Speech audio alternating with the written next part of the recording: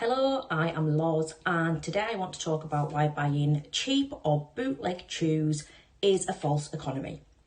Now, a false economy is an apparent financial saving that in fact actually leads to a greater expenditure. So you bought something that's cheaper thinking that you're going to save money, but actually that product's not as good as the more expensive option and you end up having to replace the cheaper option, where if you'd have bought the more expensive option first, it would have actually worked out cheaper. I hope that makes sense. Buying cheap items may seem like a saving, but if the product doesn't last and you end up having to replace the item regularly, it can soon become a false economy. When shopping, you need to weigh up the quality of an item rather than getting enticed by a cheap price tag. Some examples of a false economy: driving miles to get petrol that is a couple of pence cheaper per litre.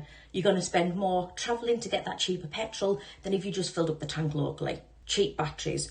Cheap batteries do not last as long as better batteries. I buy Duracell batteries because they last a lot longer, and in the end it is cheaper for me to buy the Duracell than to keep buying the pound shop batteries. Cheap shoes and boots. Now, good quality boots last longer than cheap shoes and boots that you have to keep replacing, and there is actually something called the boots theory, which I will talk about next. But finally, my other example of a false economy is chew products. You can buy cheap chew products and you can buy Chewigems. Now, I can guarantee you that the quality of a Chewigem is so much better than the cheap chews that you might be considering buying. You can get a cheap chew and you keep chewing through it and you keep replacing it, and eventually that will cost more money than buying a Chewigem. I can guarantee that most people who chew through the Lego brick chew, for example, if you bought the button, you would see a huge difference. This will last you so much longer, and in the end, it would work out cheaper. And so that is an example of how chews can be a false economy. Like I said before, buying a cheap item might seem like you're saving, but if that product doesn't last, doesn't live up to the hype, you're going to spend more replacing it than if you'd have just gone for the better product to start with.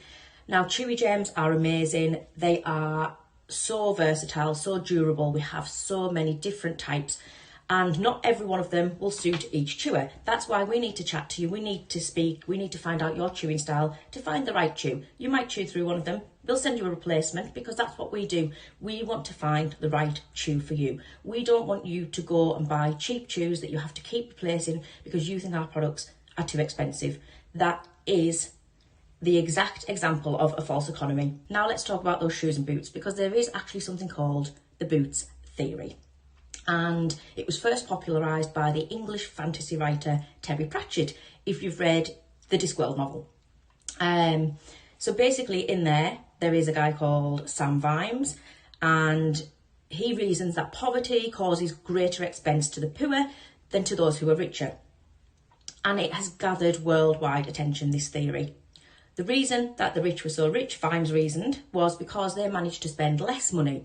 And he used boots as an example. A really good pair of leather boots cost $50, but an affordable pair of boots, which was sort of okay for a season or two, but leaked like hell when the cardboard gave out, cost about $10. Those were the kind of boots that Vimes always bought. And he wore those until the soles were so thin that he could actually tell where he was on a foggy night by the feel of the cobbles. But the thing is, the good boots lasted for years and years, and a man that could afford the $50 boots had a pair of boots that would still be keeping his feet dry in 10 years' time.